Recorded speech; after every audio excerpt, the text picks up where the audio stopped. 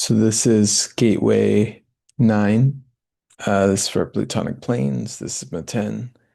And as I go over Gateway 9, you guys can look here, find it on this graph here. And you'll see it's on the bottom to the right under the sacral center, sacral plexus, and directing towards the root center. And these three channels here that are all open. Of course, we got this Pluto active in the 60 and the Sun active in the 9. And also, this is November 28th and 27th for the south of the world, or not 27th, but that day, the same day. I don't know what I'm saying, but I do know. Okay, so, and this is going to go to December 3rd. And so we'll have the Sun passing through Gate 9. And as I was saying, these are format channels. So that means that when you have these channels activated fully, this is something that is transposing its frequency throughout the whole chart, throughout the whole graph of all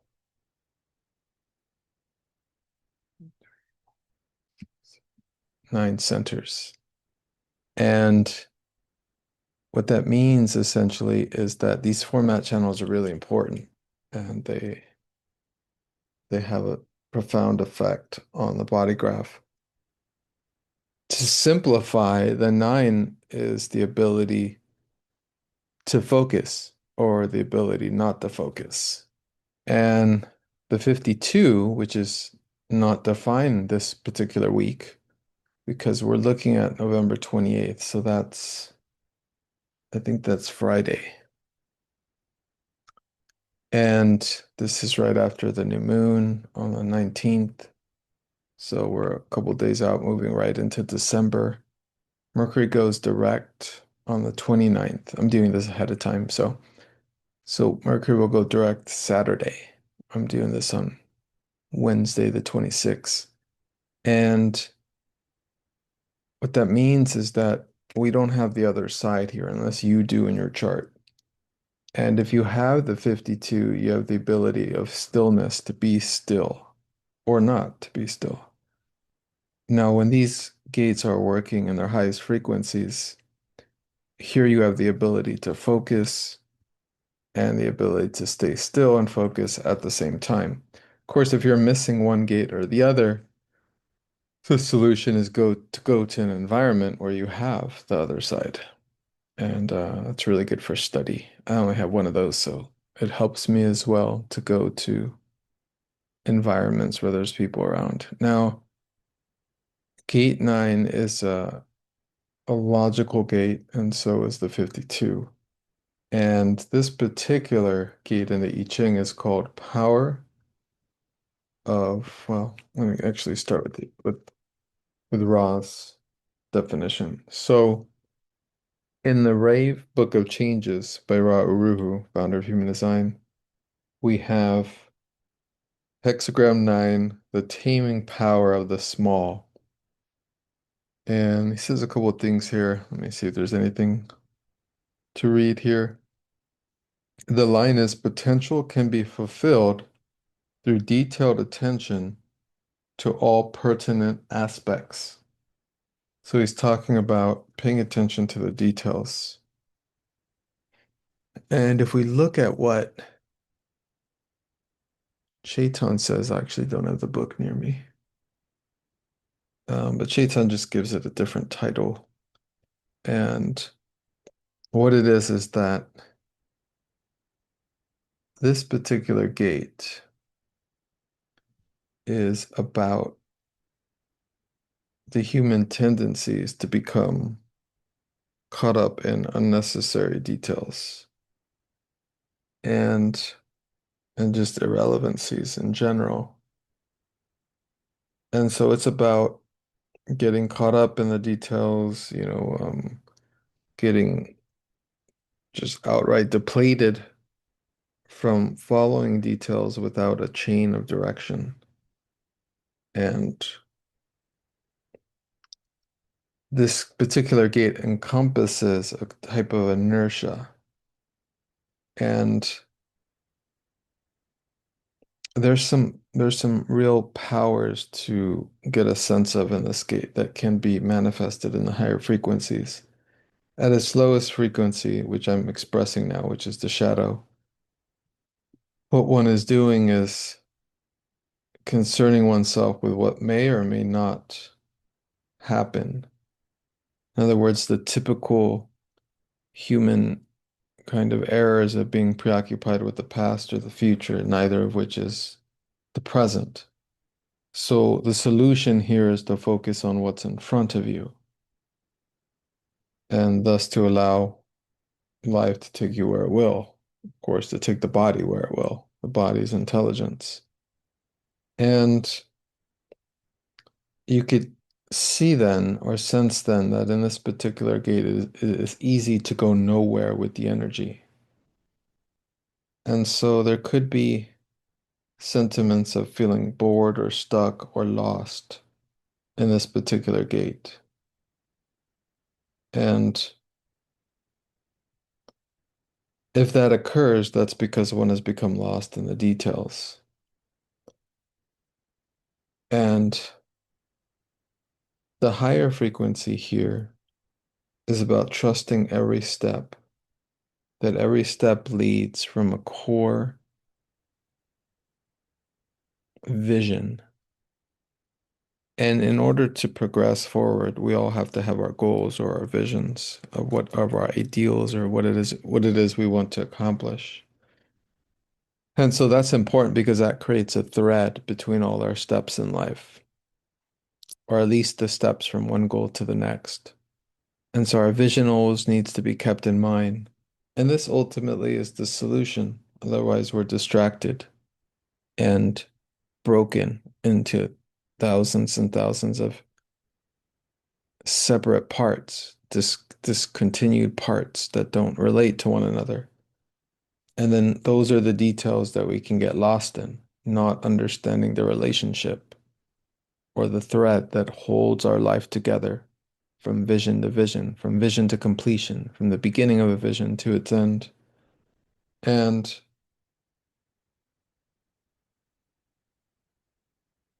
the main concern here is to watch out for those times where you can feel like really bored or indifferent with life and feel that you're kind of stuck and that you're doing things without purpose or things are not having any effect.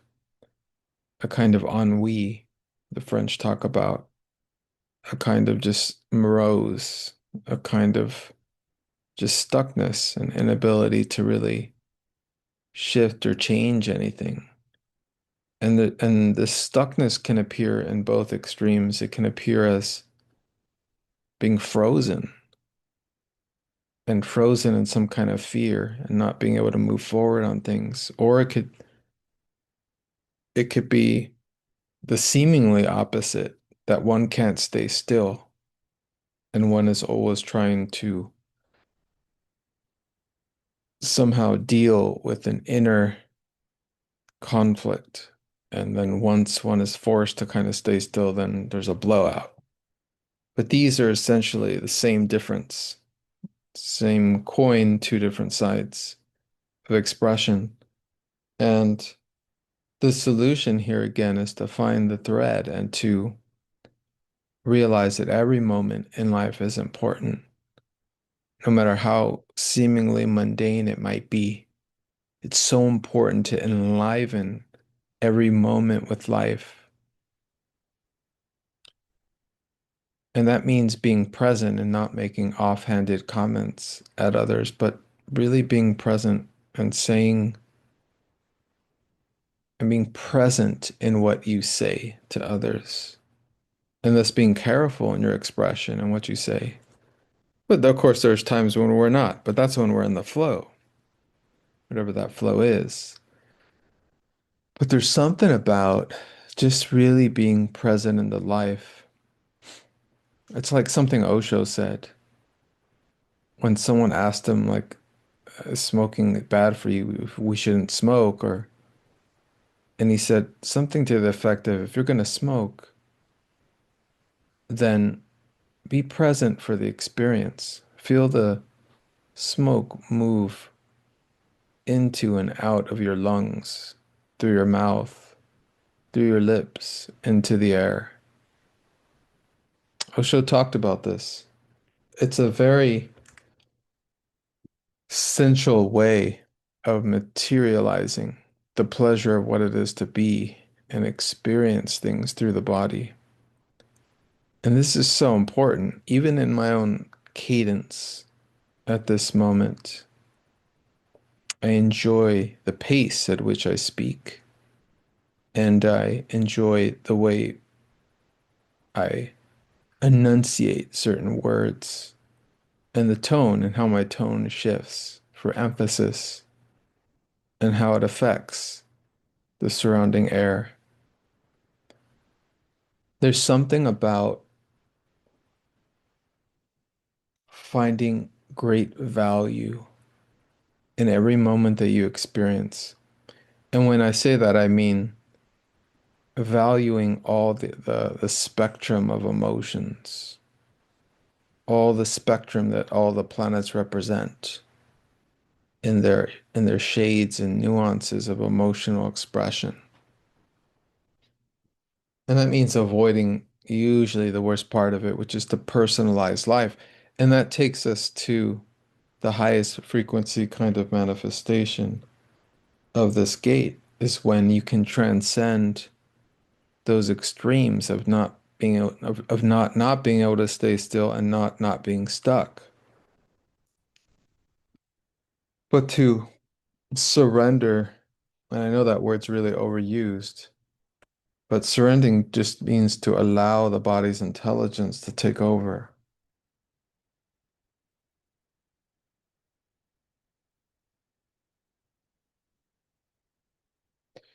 And what I mean by that is allowance as well, because this gate symbolizes a type of inertia, a type of stuckness.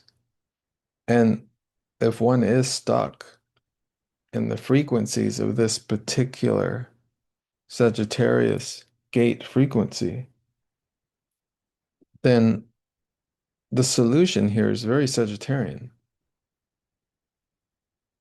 An act of will can push one through and transcend the stuck state. Because sometimes we're not even aware of how much energy, how powerful the reservoir is of energy that we have and that we can utilize to move forward in life.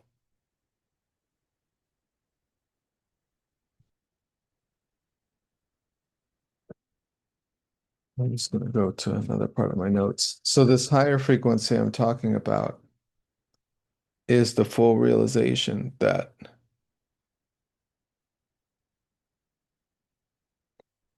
every moment, every act, every thought is an exercise in will towards our vision. Everything everything we do is a clarification, an organization, a ritualization, a preparation for the vision that we're moving forth to experience.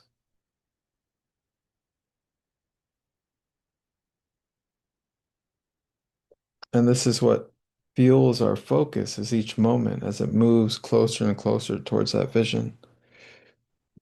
And all of us right now are in that process as we move closer and closer towards February 20th and the perfection of Saturn and Neptune in Aries, where the Venus star point is at 2 degrees. And when in April, an Aries new moon comes to energize that point of emergence, that point of dissolving. Because it's both. We're dealing with the dissolving of Neptune, a vanishing point, as well as the emergence point of Saturn into material reality. So a vision is dying and a vision is being born. And we're all here at this particular juncture where we're turning back to check in with ourselves. Is this what we want? Is this what we want it to look like? What do I need to change? What do I need to adjust? What do I really want here? How do I really want this to look? And so this pivot moment with the outer planets moving back into Taurus and all these retrogrades this month is helping us clarify our vision. And of course, this new moon was really intense. This was just last week, and people are still kind of recovering from it, from the intensity of it, and dealing with other intensities. This right now, there's a trine between Jupiter, the nodes, and also the Saturn and Neptune back in Pisces. So, and some planets in Scorpio, Mercury and Venus, I think. And so we're dealing with a grand trine as well.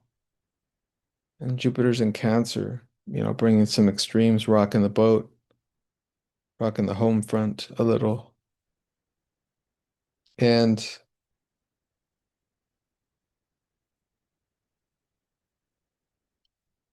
what it comes down to is like we need a name for our vision. So the question is, do you have a name? Do you have an ideal that you're following?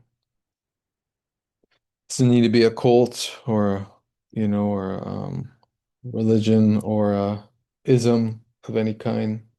It's your vision, it's you. And if you choose it to be a cult or a religion or whatever of any kind, remember your identity comes first. No one is just Zoroastrian. They're Matend is Zoroastrian. If I was a Zoroastrian, you see my meaning is like the identity is important. We're not just slaves of being. It's important to acknowledge your own difference, your own identity in a context, and not to dissolve it completely, and nor acknowledge it over anything else as well.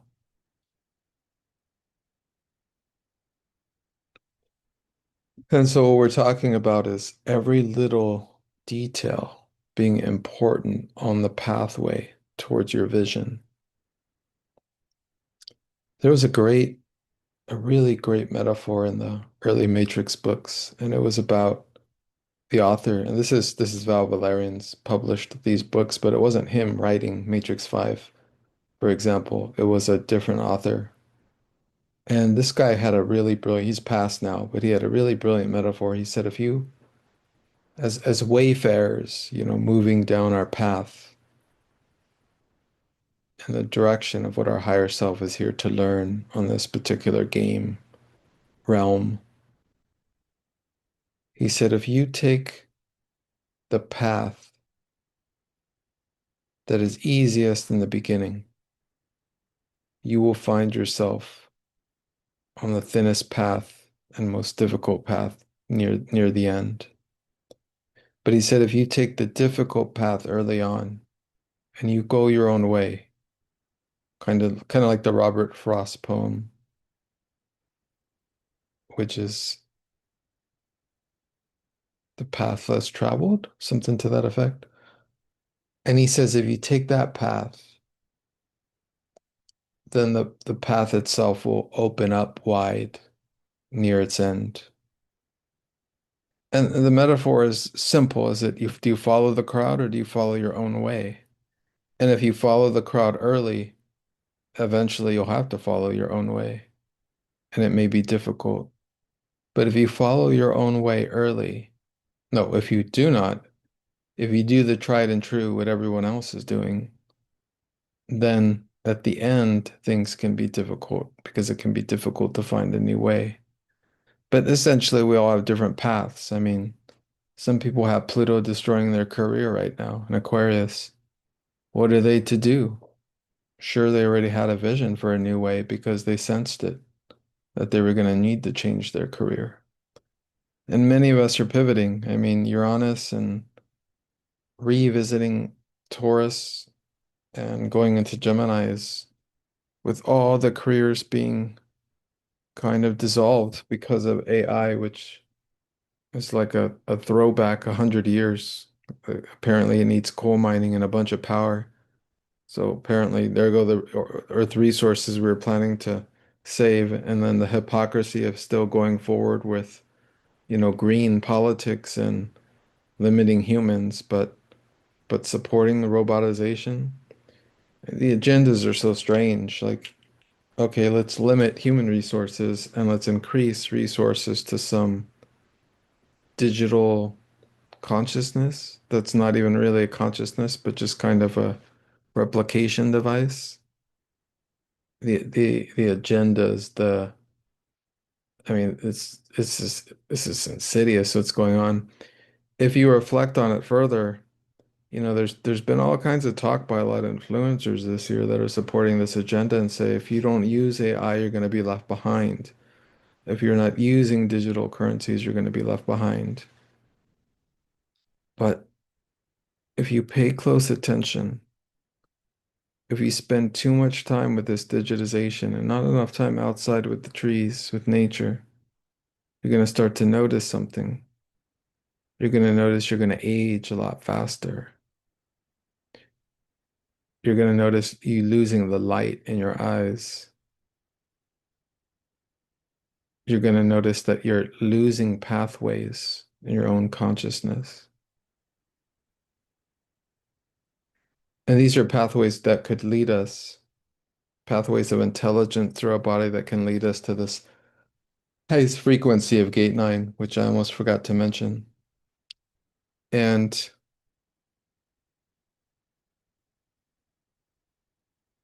what it is the realization that at some point there's no difference between external and internal consciousness. If one is able to accept and allow themselves to even utter to themselves that you have everything you need, you have all the resources you need, and you will always be provided for. You will always have what you need, and you will always be taken care of. If one can accept that and move forward with some other similar ideas that ground the nervous system in this, in its own kind of realm of consciousness, in its own circle of life, then what happens is, as I was trying to say, the inner and the outer dissolve. And there's an awareness that there's really no difference between you and the universe, that it's a perfect circle. There's no separation between the inner and outer. And our consciousness flow is a process of becoming both states and both states dissolving into one state. And it's a flow. Many people are talking about this flow in different ways, but this is what we're looking forward towards. And has to do with impersonalization. And the ease of this will become, for those who are seeking it, it'll become more accessible with this change of the right angle cross of planning to the cross of Phoenix as we move towards 2027. And I'll leave you guys with that. Remember, gate 9 is about the details, connecting those details to the vision of what your next goal in life is.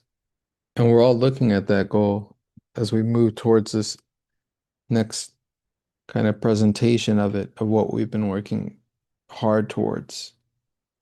And that will be in late February. And there are other dates that I'll go over at a later time as I do more videos in preparation for 2026. All right, thanks so much for listening. You guys all take care, and I really appreciate you listening. Thanks.